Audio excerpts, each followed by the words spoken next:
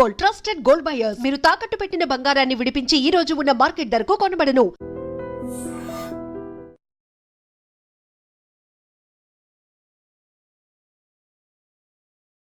నమస్తే, welcome to I dream. నేను మీ రొద్దం శ్రీనివాస్. ఇవాళ తెలంగాణలో హాట్ టాపిక్గా మారిన 10 మంది ఎమ్మెల్యేల అనర్హత కేసు కొత్త పుంతలు తొక్కుతోంది. ఏదైతే 2023 ఎన్నికల్లో బీఆర్ఎస్ పార్టీ నుంచి గెలిచి కాంగ్రెస్ పార్టీతో జతగట్టారనే ఒక ఆరోపణలపైన బీఆర్ఎస్ పార్టీ ఆ 10 మంది ఎమ్మెల్యేలపై యాంటీ డిఫెక్షన్ లా అప్లై చేయమని ఇవి సుప్రీంకోర్టు వరకు వెళ్ళింది. సుప్రీంకోర్టు కూడా ఈ విషయంలో చాలా సీరియస్ అయింది. స్పీకర్ తొందరగా నిర్ణయం తీసుకోవాలనే ఒక ఒత్తిడి అయితే ఉంది.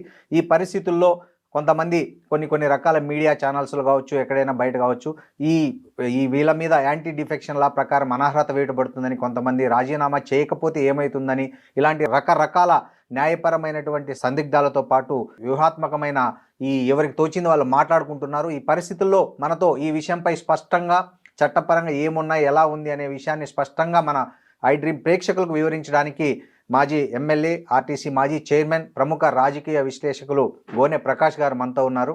నమస్తే సార్. నమస్కారం సార్. ఈ తెలంగాణలో ఇప్పుడు 10 మంది ఎమ్మెల్యేల మీద చాలా హాట్ టాపిక్ నడుస్తుంది. ఈ 10 మంది ఎవరైతే బీఆర్ఎస్ పార్టీ నుంచి గెలిచి ఆ తర్వాత కాంగ్రెస్కు దగ్గరయ్యారో వాళ్ళ విషయము సుప్రీంకోర్టు వరకు బీఆర్ఎస్ పార్టీ దాన్ని తీసుకెళ్ళింది. సుప్రీంకోర్టు కూడా స్పీకర్కు చాలా సీరియస్ వార్నింగ్ ఇచ్చింది, ఎప్పుడు తొందరగా నిర్ణయం తీసుకోవాలని. ఈ పరిస్థితుల్లో బయట రకరకాల వాదనలు వినిపిస్తున్నాయి. వాళ్ళ మీద అనర్హత వేయబడుతుందని, లేకపోతే వాళ్ళు డిస్క్వాలిఫై అయిపోతారని, లేకపోతే వాళ్ళని స్పీకర్ 6 ఏళ్ళు ఇంకా ఎన్నిక కాకుండా చట్టపరంగా చర్యలు తీసుకుంటారని, ఇట్లా రకరకాలుగా ఎవరికి తోచింది వాళ్ళు చెప్తున్నారు. ఇక కన్ఫ్యూజన్ క్రియేట్ అయింది చూసే ప్రేక్షకుల్లో కావచ్చు, పాఠకుల్లో కావచ్చు. సో మీకు ఆ విషయంలో బాగా స్పష్టత ఉంది, మీకు బాగా అవగాహన ఉంది కాబట్టి అసలు ఏం జరుగుతుంది, ఏం జరిగింది, దీంట్లో సాధ్యాసాధ్యాలు ఏంటి? గతంలో చట్టాలు యాంటీ డిఫెక్షన్ పెట్టినప్పుడు ఎలా జరిగింది, మళ్ళొకసారి ఫస్ట్ టైం 1/3, తర్వాత 2/3, ఏదున్నా లొసుగులు ఉన్నాయి. స్పీకర్కు లోకసభ స్పీకర్ కానీ, అసెంబ్లీ స్పీకర్ కానీ, చైర్మన్ ఆఫ్ రాజ్యసభ కానీ, అసెంబ్లీ ఇక్కడ చైర్మన్ కానీ, ఏది కౌన్సిల్ చైర్మన్, వాళ్ళు ఒక జ్యుడిషరీ, వాళ్ళ మీద ఇంకోటి ఆ చట్టంలో ఒక క్లారిటీ ఏముందంటే ఈ టైం లోపల తీసుకోవాలని, నిర్ణయం తీసుకోవాలనేది ఎక్కడ మెన్షన్ చేయాలి. ఈ మధ్య కాలంలో మణిపూర్ది 94 95 అనుకోండి, మన లేటెస్ట్ ఒక బెంగాల్ది అయితే ఆల్మోస్ట్ అలాగే ఒక 6 నెలలకు ఎలక్షన్ వస్తా అనుకోండి, బట్ డిస్క్వాలిఫై కోర్టే చేసింది. కోర్టు చేసింది స్పీకర్ దాన్ని కాదని. కానీ ఏంటంటే స్పీకర్ డిస్పోజ్ చేసిన తర్వాత ఇప్పుడు వీళ్ళు 10 మంది క్రాస్ అయినారు. అవును, కండువా అనేది ఏదైతుందో ఈ పదము స్పృశించింది ఏదైతుందో కేసీఆర్. అసలు కండువా అనేది ఎక్కడ ఏ రాష్ట్రంలో ఉండదు, ఎక్కడ ఉండదు. కాంగ్రెస్ కండువనా, ఇది టీఆర్ఎస్ కండువనా, ఇది రిజిస్టరు, దీన్ని ఎవరు వాడరాదు, ఇది ఎలక్షన్ కమిషన్ రిజిస్టర్లా ఉంటుందా? లేదు. ఓన్లీ పార్టీ బీఫామ్ ఉంటుంది. పార్టీ బీఫామ్ మీద గెలిచినాక ఆ పార్టీ సభ్యుడిగా హౌస్లో కూర్చోవాలి. యాంటీ డిఫెక్షన్ అయినప్పుడు ఏతుందో విప్ను ధిక్కరించినప్పుడు డిస్క్వాలిఫై అవుతాడు. అవుట్ ఆఫ్ ద హౌస్ కూడా పార్టీ కార్యక్రమాలను పార్టీ విమర్శించినప్పుడు కూడా టేక్ ద యాక్షన్ చేయొచ్చు. అది స్పీకర్కి ఇస్తే స్పీకర్ డిసిషన్ తీసుకోవచ్చు. కానీ పాలకపక్షం ఎప్పుడైతే చేరుతారో పాలకపక్షం ఉన్న వాళ్ళకి ఏదైతుందో వెసులుబాటు ఉంది. Speaker controlled by CM. ఇంతకుముందు ఇండిపెండెంట్ స్పీకర్ల కెరీరు. గతంలో స్పీకర్లు ఎన్నికైన వాళ్ళు ఇమీడియట్ పార్టీ సభ్యత్వానికి రాజీనామా చేసేవాళ్ళు, చేసి స్పీకర్గా ఉండేవాళ్ళు. వాళ్ళు 5 ఏళ్ళు ఇంపార్షియల్గా చేసినప్పుడు ఆ స్పీకర్ మళ్ళీ పోటీ చేసినప్పుడు ఏ పార్టీ వాళ్ళు పోటీ పెట్టకుండా ఇనానిమస్ చేసిన సంఘటనలు కొన్ని ఉన్నాయి. అవన్నీ వివరాల కోసం లేరుకోండి. సంజీవ్ రెడ్డి గారు 67లో స్పీకర్ అయ్యాడు, రిజైన్ చేశాడు కాంగ్రెస్ సభ్యత్వానికి. మళ్ళీ 77లో జనతా పార్టీ నుంచి ఎన్నికై నీలం సంజీవ్ రెడ్డి గారు ఎన్నికై స్పీకర్ అయ్యాడు, లోక్సభ స్పీకర్, రాజీనామా చేశాడు జనతా పార్టీ సభ్యత్వానికి. తర్వాత ప్రెసిడెంట్ క్యాండిడేట్ అయింది అనుకోండి. అప్పుడేమో ప్రెసిడెంట్ క్యాండిడేట్ ఓడిపోయిండు, ఇందిరాగాంధీ ఓడించింది 69లో. పార్టీ అభ్యర్థిగా ప్రధానమంత్రిగా అంతరాత్మ ప్రబోధ ఓటిమని అఫీషియల్ క్యాండిడేట్ సంజీవ్ రెడ్డి గారిని నామినేషన్ కూడా ఆమె ఒక సెట్లో ఆమె సంతకం పెట్టింది. అటువంటిది బివి గిరి గారిని గెలిపించింది.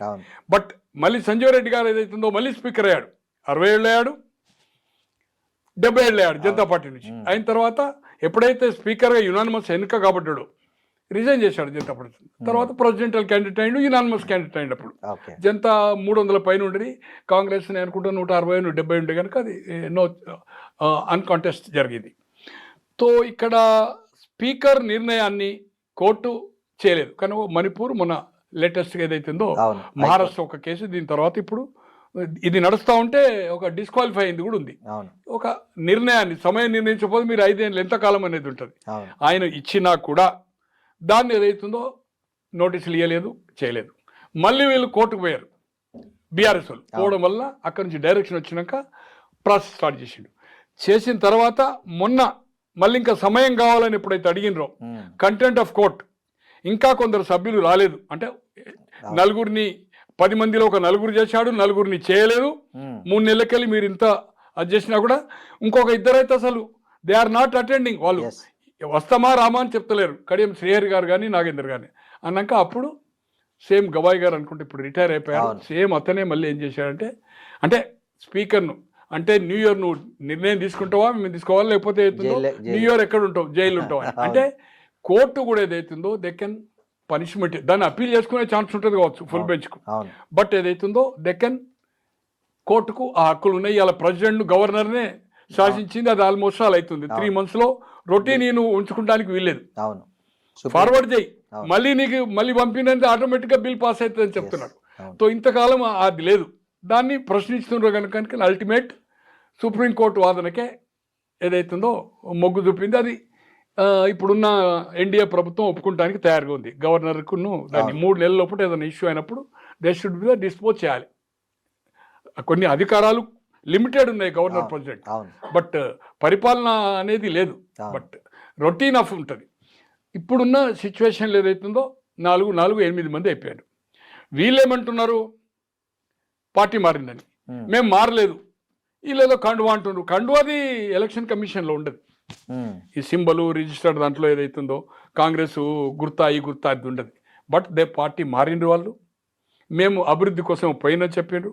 ఒకతనేమో గాంధీ గారు ఎట్లా ఎలక్ట్ అయ్యిండో మనం చూసినాం. అవును, పబ్లిక్ కాబట్టి అది అపోజిషన్కి ఇచ్చేది కనుక మేము అపోజిషన్కి ఇచ్చేదే ఆనవాయితీగా అని చెప్పొచ్చు. బట్ పోచారం శ్రీనివాసరెడ్డి గారిని క్యాబినెట్ ర్యాంక్ ఒక అగ్రికల్చర్ ఏదో వేశారు. ఎట్లా వేస్తారండి? ఈ రాష్ట్రంలో ఇప్పటి వరకు ఏదైతుందో డిప్యూటీ స్పీకర్సే ఇస్తలేరు. 78 తర్వాత ఒకసారి ప్రభాకర్ రెడ్డి గారికి ఇచ్చారు జనతా, ఇప్పుడు కాంగ్రెస్ గవర్నమెంట్ చెన్నారెడ్డి అప్పుడు. తర్వాత కాలంలో ఏది ఇవ్వడం లేదు అపోజిషన్కు. కార్పొరేషన్లు ఇచ్చే క్వశ్చన్లే లేదు. అయితే కాంగ్రెస్ సభ్యుడు కావాలి, అయితే నాన్ పొలిటీషియన్ కావాలి, అది ఇంటలెక్చువల్స్ కావాలి. But they are not giving. Pocharam కూడా వెరీ క్లారిటీ ఉంది. కానీ నేను అనుకుంటున్నా మీరు అడిగిన ప్రకారము చర్చలు జరిగిన స్పీకర్ 8 మందిది క్లారిటీ తీసుకున్నాడు. స్పీకర్ వీళ్ళు ఏదైతుందో వాళ్ళు మేమేదైతుందో పార్టీ కాదని చెప్తున్నారు. చేయమని కొన్ని ఎవిడెన్స్ ఇచ్చారు. వీళ్ళు ఏదైతుందో బీఆర్ఎస్ లెజిస్లేటివ్ పార్టీ అని ఉంటుంది. ఆ పార్టీ సభ్యత్వానికి ఏదైతుందో monthly they are taking off వీళ్ళ దాంట్లోకి వెళ్ళి 5,000 తీసుకుంటున్నారు. అంటే దట్ మీన్స్ సభ్యుడు. నాకుండే దాంట్లో ఇద్దరి ఆర్గ్యుమెంట్స్ నాకు ఒక ఫైండింగ్ ఇచ్చి డిస్క్వాలిఫై పిటిషన్ను డిస్పోజ్ చేసి వాళ్ళని డిస్క్వాలిఫై చేయడు. 8 మందిని చేయడు.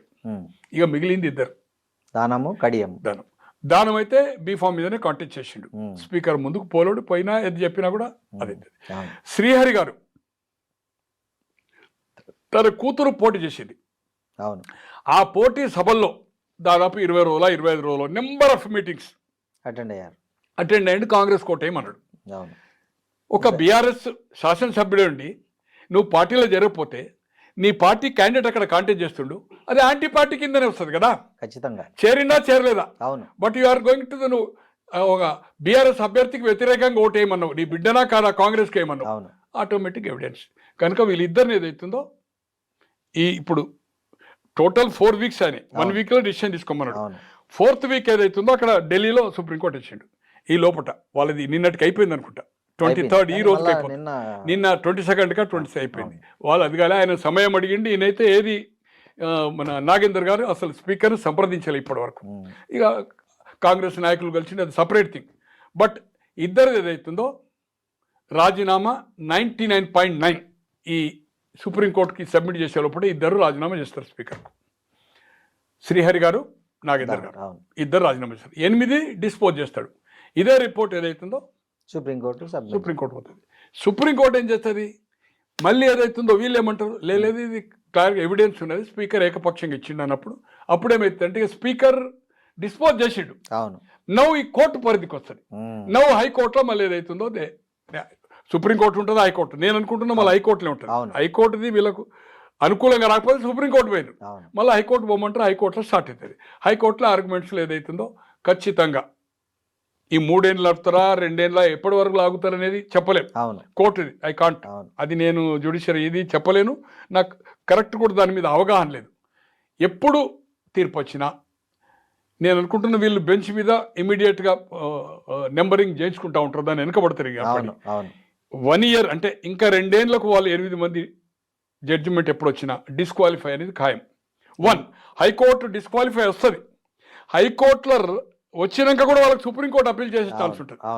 అది ఒక 2 ఏళ్ల లోపల హైకోర్టు హైకోర్టులో తీర్పు వ్యతిరేకంగా వస్తుంది, 8 మందికి డిస్క్వాలిఫై చేయమని వస్తుంది, సుప్రీంకోర్టులో వస్తుంది. 2 ఏళ్ల లోపల వచ్చేది ఉంటేనేమో ఉప ఎన్నిక అవుతుంది. మోర్ దాన్ 2 ఇయర్స్ అవుతుంది. 1 ఇయర్ టర్మ్ లేకపోతే ఎలక్షన్ జరగదు. ఇప్పుడు బెంగాల్ ఏదైతే ఎలక్షన్ అయితే జరగదో 1 ఇయర్ ఉంటేనే బై ఎలక్షన్.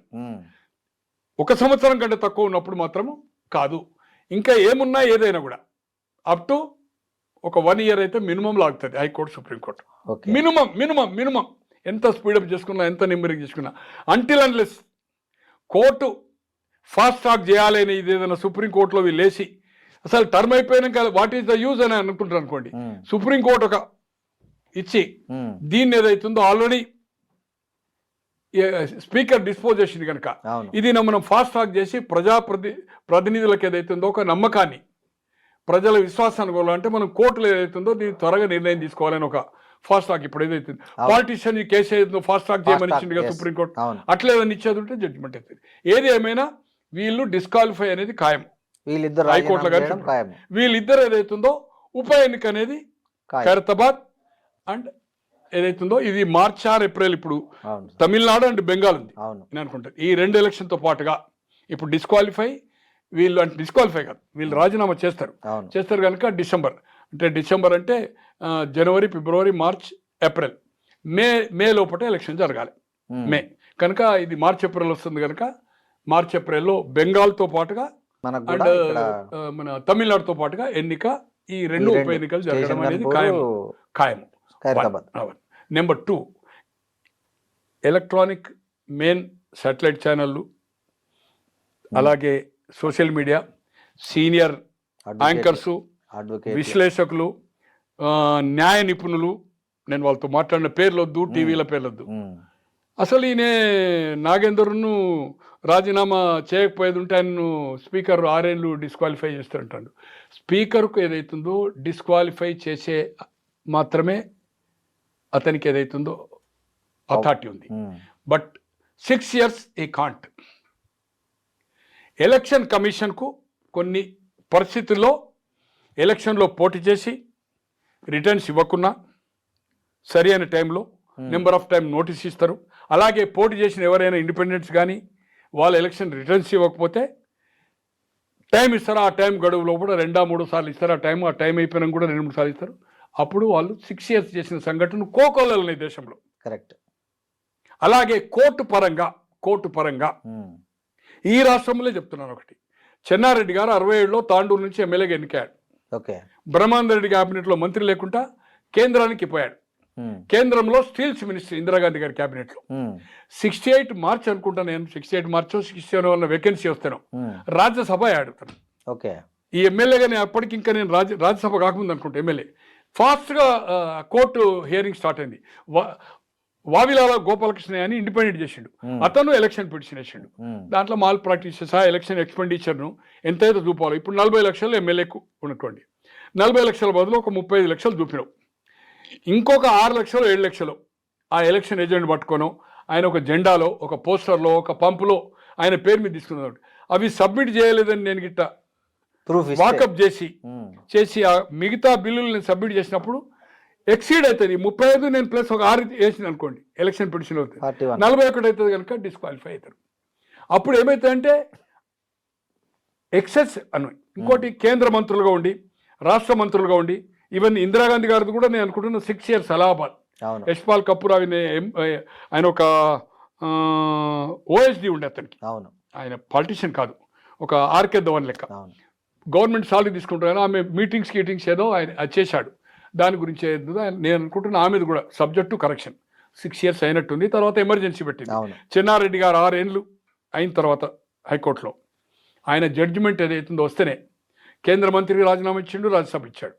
6 ఏళ్ళు అంటే 74 వరకు ఆయనకు ఏ అర్హత రాలేదు. 74 తర్వాతనే ఆయన గవర్నర్ అయ్యాడు. ఇక్కడ 71లో 14 లోక్సభ గెలిపించి తర్వాత మెర్జై 72లో ఏదైతుందో క్యాబినెట్లో తన వర్గమైన కేవి కేశవులు గారిని 73లో కేవి కేశవులు తర్వాత వెంకటరామరెడ్డి గారిని మంత్రివర్గంలో చేర్పించి తను గవర్నర్ అయింది. 74లో తన కోటా ఎమ్మెల్యేలు తీసుకున్నాడు. 72లో పార్లమెంట్ మెర్జ్ చేశాడు.